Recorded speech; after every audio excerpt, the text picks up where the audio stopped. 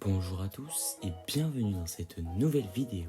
Aujourd'hui, je vais vous présenter mon top 10 des meilleurs roller coasters que j'ai pu faire. Allez, c'est parti. Avant de commencer, n'hésitez pas à vous abonner à la chaîne et à laisser un pouce bleu. Ce classement n'est pas définitif, au contraire, il vient à changer pour 2024.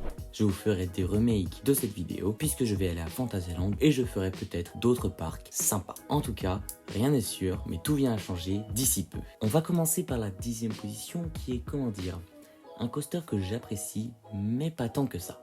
Vous allez voir. En 10e position, on retrouve le roller coaster Hyperspace Mountain situé à Disneyland Paris Park. Ce qui est, je trouve, étonnant de le voir aussi haut dans ce classement. Voici les caractéristiques de ce roller coaster. Pour une longueur d'environ 1000 mètres et d'une hauteur de 32 mètres, Hyperspace Mountain atteint les 71 km/h grâce, à un système de propulsion par câble qui est d'ailleurs le même que celui utilisé pour propulser les Rafales et d'autres avions rapides sur les porte-avions. Le coaster possède 3 inversions dont 2 corkscrews. Le constructeur de ce coaster est connu, il s'agit de Vekoma, qui d'ailleurs a bien changé, vous le verrez d'ici de prochaines vidéos. Le coaster est bien, peut-être sensationnel, mais n'est pas si agréable à rider et je l'aime moins que les autres qui sont juste au-dessus. Ce qui le rend moins bien que d'autres, c'est qu'il est dans l'obscurité, ce qui n'est pas agréable. Et d'ailleurs, vous verrez dans ce classement Flight Force, c'est mon rock'n roller coaster avec Aerosmith, et lui, on voit mieux et il est plus sensationnel. Donc voilà pourquoi Hyperspace Mountain est placé à la 10e position. Passons maintenant à la 9e position qui est, je trouve, une belle place pour ce roller coaster. Il s'agit de Big Thunder Mountain, situé encore une fois à Disneyland Paris Park. BTM, qui correspond à la contraction de Big Thunder Mountain, a une longueur de 6500 mètres. Sa hauteur est de 22 mètres et sa vitesse est de 65 km/h. Il n'y a pas d'inversion à recenser sur BTM, mais une skyline magnifique. Pour ceux qui ne savent pas, la skyline correspond à la vue et c'est juste splendide. Une thématisation monstrueuse et dans le détail. Et c'est ça qui est magnifique dans BTM, c'est la thématisation incroyable. Et c'est ça qui le fait qu'il est tellement bien placé, même si il n'est pas si agréable que ça. C'est encore un Vekoma, mais bon, il peut être agréable tout de même. En tout cas, étonnant de le voir aussi haut dans ce classement.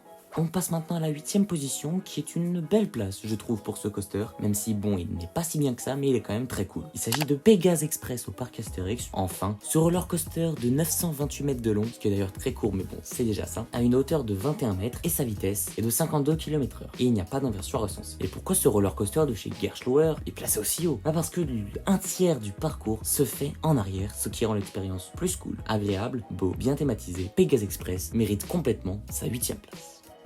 On passe maintenant à la 7e position et je sens que les gens vont m'insulter dans les commentaires et ne vont pas comprendre. Mais bon, c'est mon classement. La 7e position est attribuée à Goudurix au parc Astérix. Un coaster que je déteste et qui est détestable, mais d'ailleurs qui est super bien. Je m'explique. Goudurix a une longueur de 950 mètres. Sa hauteur est de 36 mètres et il a une vitesse de 90 km/h. Mais il détient pas moins de 7 inversions, ce qui est énorme, et à son ouverture en 1989, c'était le coaster avec le plus d'inversions. Mais avec le temps, Goudurix s'est dégradé et est tombé dans la nullité absolue en termes de sensations. Mais il est toujours bien ridé ce Vekoma. Ils n'ont pas été forts sur ce coup-là, mais il est bien, car il a une skyline superbe sur le lac. Puis c'est Goudurix quoi, le coaster qui a réussi à faire naître cette passion pour moi. C'est pour cela que je l'ai placé à la 7e position.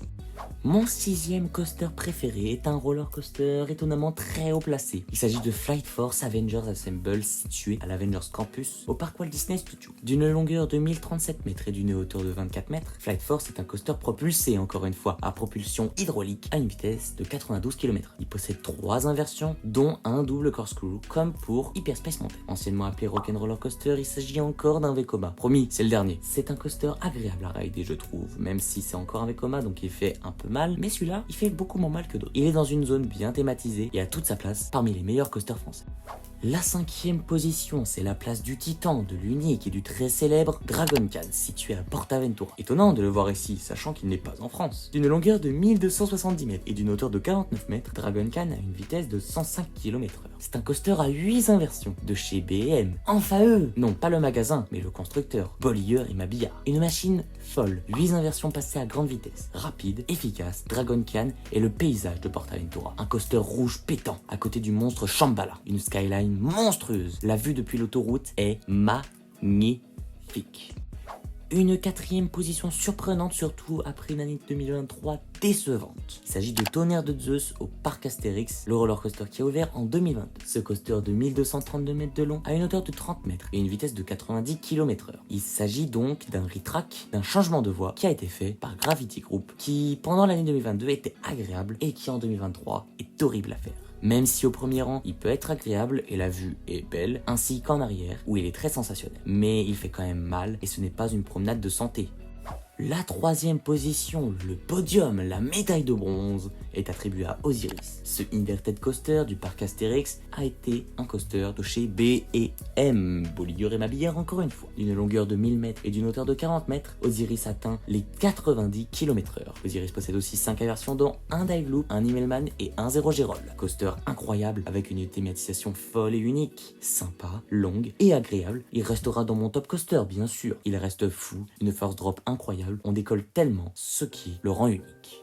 La deuxième position, unique, le très célèbre, le violent, le géant d'Espagne, Shambhala à Portaventura. C'est un coaster, comment dire, fou, incroyable. Avec ses 1564 mètres de long, ce qui est énorme, et ses 76 mètres de haut, Shambhala atteint les 134 km/h, ce qui est juste monstrueux. Il ne possède pas d'inversion, mais c'est tout de même un super coaster, avec une skyline magnifique, comme je l'ai dit juste avant, avec Dragon Khan juste à côté. La vue est folle, avec la mer juste à côté, et cette chute inclinée à 86 degrés, une merveille. Bien sûr, nul autre que B&M pour construire cette merveille. La première position, celui qui est le plus fou, el numéro uno, la puissance d'un roller coaster unique. Il s'agit de Toutatis au parc Astérix, un coaster unique. Voici ses caractéristiques. D'une longueur de 1075 mètres et d'une hauteur de 51 mètres, Toutatis atteint les 107 km/h. Il possède 3 inversions dont un stall dès le début qui est fou, un 0G stall et un outline roll intense. Il possède 7 propulsions magnétiques avec des LSM, bien sûr, ce qui est le record d'Europe. Et 23 airtime, ce qui le rend encore plus fou puisque c'est le record du monde. Un coaster avec un record du monde en France. C'est incroyable, fou et exceptionnel. Il possède donc 4 records. Le roller coaster le plus haut et le plus rapide de France, celui avec le plus d'accélération en Europe et bien sûr celui avec le plus d'airtime dans le monde. Et ça, c'est au parc Astérix. Une merveille qui est bien sûr de l'un des meilleurs constructeurs, soit Intamin, si ce n'est le meilleur. Une merveille qui mérite totalement sa place de leader dans mon classement de coaster et peut-être qu'il restera pendant longtemps le meilleur coaster que j'aurais pu faire. La vidéo est désormais terminée, n'hésitez pas à la liker et à vous abonner. Merci à vous de l'avoir regardé. Jusque là, prenez bien soin de vous. Peace.